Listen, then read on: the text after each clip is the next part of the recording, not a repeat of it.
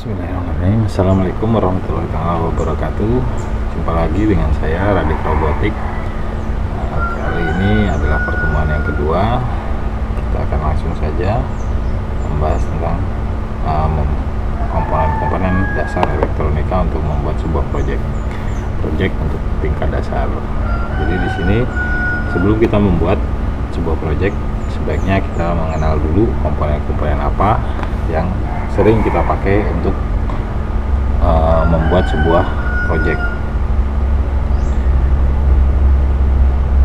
Kita sudah membahas ya tentang bagaimana masuk ke Tinkercad, apa yang kita pakai di pertemuan pertama. Bagi yang belum, silahkan kunjungi di channel saya di pertemuan pertama, di perkenalan. Baik, kita di sini langsung saja kita buat seperti ini. Kita komponen dasarnya atau komponen basic. Di sini ada resistor. Kita klik. Nah, ini adalah resistor, dimana satuannya bisa kita rubah. Kita bisa, ini ada satuannya kilo, ohm, mili, mikro, dan seterusnya, dan lain-lain.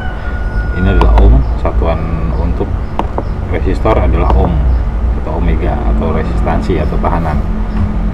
Nah, untuk komponen resistor sendiri, untuk komponen yang ini jenisnya namanya PDIP atau komponen yang lama, kurang lebih bentuknya seperti ini. Ini ada warna-warnanya. Kalau kita real hardware-nya, ini ada persentase. Jadi kalau 100 kilo ini ada toleransi persentase, ada 5%, 10%, dan segala macam. Itu bisa dipelajari. Warna-warnanya hijau magiku, itu bisa dipelajari sendiri. Ini untuk komponen yang PDIP atau komponen yang lama. Di sini ada kaki terminal 2 dan terminal 1. Itu resistor. Untuk resistor yang sekarang itu berupa SMD. Dia tidak menggunakan warna tapi menggunakan angka, atau kadang-kadang angkanya juga nggak ada. Jadi bagaimana kita tahu? Ya kita ukur atau kita beli ukuran sekian, 1 kilo ohm. Biasanya akan dikasih 1 kilo. Yang kedua adalah LED atau LED, light emitting diode. Nah, LED di sini kita bisa edit namanya dan warnanya. Di sini ada green, yellow, orange, blue, red, white. Ini warna dari LED. Di sini ada dua kaki, katoda. Katoda itu terhubung dengan negatif, dan anoda itu terhubung dengan kutub positif di power supply atau di salah satu kaki Arduino. Satunya di power supply, satu di kaki Arduino. Itu LED atau LED. Terus yang ketiga itu adalah push button. Push button ini akan memiliki 4 kaki terminal 1A, 1B, 2A, 2B. Nah, 4 kaki ini sebenarnya adalah kaki 1 ini terhubung, kaki 1A dan 1B itu sama, itu terhubung. 2A dan 2B itu juga terhubung. Jadi sebenarnya dua kaki. Jadi bila dia dipencet dia akan terhubung, bila dilepas dia akan tidak terhubung atau terputus. Jadi kalau dipencet seperti ini dia akan terhubung, dan bila dilepas dia akan terputus. Itu untuk push button. Terus komponen berikutnya adalah potensiometer, atau kalau di pasaran biasanya potensio, atau VAR, variable resistor. Nah, potensio ini memiliki resistansi. Di sini defaultnya 250 kilo. 250 kilo itu maksudnya adalah resistansi atau hambatan maksimalnya adalah 250 kilo ohm. Ini bisa dirubah sama kayak yang resistor tadi, bisa ohm, bisa kilo, bisa mega. Ini pun bisa dirubah jadi 100 kilo umpamanya, atau berapapun terserah. Nah, ini penggunaannya adalah diputar. Nah, ini maksimalnya. Kalau maksimal berarti dia adalah sesuai dengan nilai maksimalnya, dan minimal adalah 0. Jadi kalau minimal berarti dia tidak memiliki hambatan. Ini kaki terminal 1, terminal 2, dan tengah-tengahnya adalah wiper.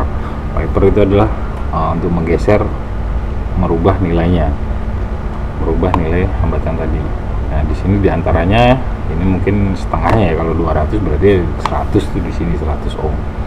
Jadi ini variabel atau bisa dirubah-rubah. Terus berikutnya kapasitor, ini jarang dipakai. Kapasitor adalah komponen untuk penstabil arus, penstabil tegangan. Terus yang berikutnya adalah slide switch. Slide switch ini prinsipnya hampir sama dengan push button, cuman dia tertahan. Jadi dia memiliki dua posisi. Ini common itu di tengah-tengah. Kalau seperti ini kita simulasikan ya, disimulasikan. Kalau seperti ini berarti kaki satu dan common yang terhubung. Bila kita klik, dia akan berubah. Ini berarti common dan kaki dua yang terhubung atau terminal dua yang terhubung. Bedanya dengan push button, ini bila kita lepas dia akan tetap berada di posisi terakhir. Kita klik, dia akan tetap berada di posisi seperti itu. Kita klik, dia akan posisi seperti itu. Kalau push button, kita klik, dia terhubung. Begitu kita lepas, dia akan terputus. Itu perbedaan mendasarnya. Prinsipnya hampir sama. Terus komponen berikutnya adalah baterai. Bentar, ini kita hapus saja ya sebagian. Kita hapus biar kelihatan. Ini adalah baterai 9 volt. Nah, ini untuk sumber arus atau sumber tegangan. Bila kita tidak menggunakan konektor USB, sumber tegangan itu bisa dari USB 5 volt. Kalau ini baterai 9 volt. Ini juga komponen berikutnya adalah ini koin baterai. Ini tegangannya sebesar 3 volt. Sama aja, ini baterai. Bedanya adalah ini 9 volt, ini 3 volt. Ini ada dua kaki, ini negatif, ini positif. Sama, ini positif, ini negatif. Itu untuk baterai. Sini lagi ada baterai. Ini biasanya banyak di toko atau di pasaran. Ini adalah baterai A2 atau A3. Sama aja, ini A2, A3 sama aja. Nah, cuman bentuknya aja yang berbeda. Cuman dia voltasenya tetap sama. Ini satu. Ini bisa kita rubah 2 baterai, 3 baterai, 4 baterai. Kalau 4 baterai jadinya seperti ini. Nah, ini udah otomatis tersambung secara seri. Jadi ini negatif, ini positif. Kalau 4 baterai 2 aja lah ya. Nah, kalau satu baterai dia tegangannya 1,5, berarti kalau 2 baterai tegangannya menjadi 3 volt. Kalau kita tambah jadi 3 baterai, dia tegangannya akan menjadi 4,5 volt. Nah, kalau ini kita berubah jadi 4, jadi 6 volt. Ini switch. Jadi kalau kita built-in switch, dia ada on sama off. Jadi bisa kita on off kan. Ini on, ini off. Jadi bisa kita matikan atau kita hidupkan. Jadi baterai ini ada switchnya, ada saklarnya. Jadi memudahkan kita untuk membuat sebuah rangkaian simulasi. Jadi bisa sumbernya itu bisa langsung diputus atau dihubungkan. Kalau yang ini dia tidak ada putusnya, ya harus dari sini, atau kita mau menambahkan switch yang tadi, kita bisa menambahkan ini slide switch, sama aja. Oke, kita beli dulu. Terus yang berikutnya adalah breadboard. Breadboard adalah papan yang biasa kita gunakan untuk membuat rangkaian tanpa harus disolder. Jadi komponen itu ada kakinya, kita bisa tancepin di lubang-lubang ini. Nah, breadboard ini di sini ada angkanya, ada hurufnya, ada min plusnya.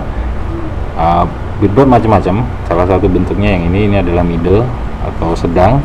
Ada yang besar, ada yang lebih panjang, ada yang lebih kecil. Kalau yang kecil biasanya tidak ada bagian pinggirnya ini, dia hanya bagian tengah-tengahnya ini. Nah, breadboard sendiri itu unsolder board atau board yang tidak perlu nyolder lagi karena dia di dalamnya sudah terhubung atau sudah disolder. Nah, ini ada kutub positif, negatif, sebenarnya ini bukan acuan pokok, cuman karena sering digunakan untuk yang pinggir ini adalah untuk koneksi ke supply atau ke power supply atau ke baterai.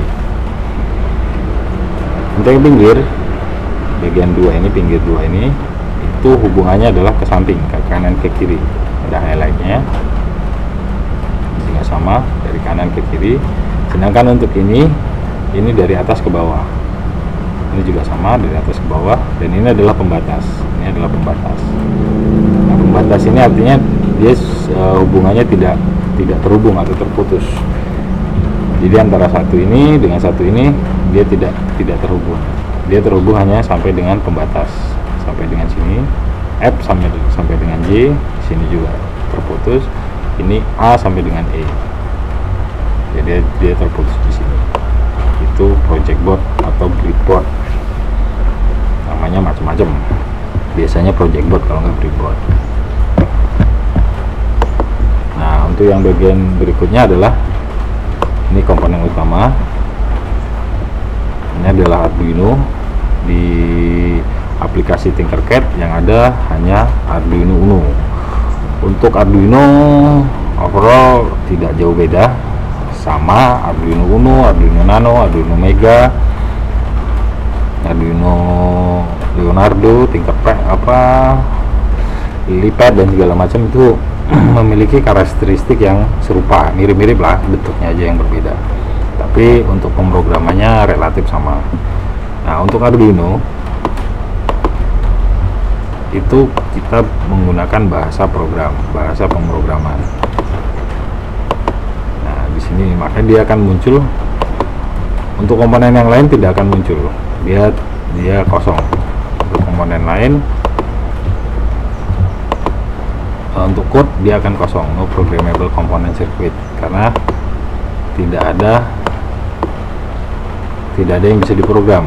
Itu untuk komponen yang lain. Dia tidak akan ada. Di code ini hanya akan muncul bila kita menggunakan komponen Arduino Uno, karena yang bisa diprogram hanya papan Arduino. Ini pengkodeannya. Mungkin di pertemuan selanjutnya kita akan membuat sebuah project awal, dan kita akan memulai di bagian pemrograman. Di sini kita hanya memperkenalkan dulu beberapa komponen yang sering kita gunakan untuk membuat sebuah project. Ini Arduino, terus vibrasi motor ini kita nggak perlu. Ini DC motor DC sama. Ini ada dua kutub, dia akan berputar. Ini motor servo.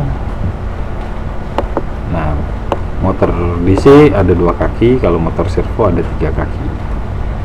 Bedanya, motor DC dia begitu diberi tegangan dia akan berputar, sedangkan motor servo itu dia tidak bisa berputar, dia hanya tidak bisa berputar 360 derajat secara kontinu. Jadi dia hanya berputar sekali 360 derajat, udah berhenti habis itu. Dia kalau kembali ke nol dia akan memutar balik. Jadi untuk motor servo perbedaannya seperti itu. Untuk pemutarannya kita menggunakan sudut derajat. Kalau motor DC tidak, dia begitu dikoneksi langsung muter. Kalau motor servo tidak, dia begitu dikasih ground, dikasih power ini positif maksudnya, dia tidak akan berputar selama signal ini tidak diberi masukan sudut derajatnya. Jadi dia akan bergerak berapa derajat itu sesuai dengan inputan dari signal ini. Itu perbedaannya antara motor DC dengan motor servo. Kalau ini sama, ini motor DC, ini hobby gear motor, jadi dia motor DC yang sudah ada gearboxnya. Ini biasanya digunakan untuk smart car atau mobil cerdas. Kalau ini NPN transistor ini biasanya digunakan untuk rangkaian switch, rangkaian saklar otomatis sebagai pengaman. untuk kita mungkin tidak membahas sampai di situ karena ini di kelas untuk pemula, jadi tidak akan sampai ke switch. Ini RGB LED, sama dengan LED, cuman dia memiliki warna RGB. RGB itu singkatan dari red, green, blue.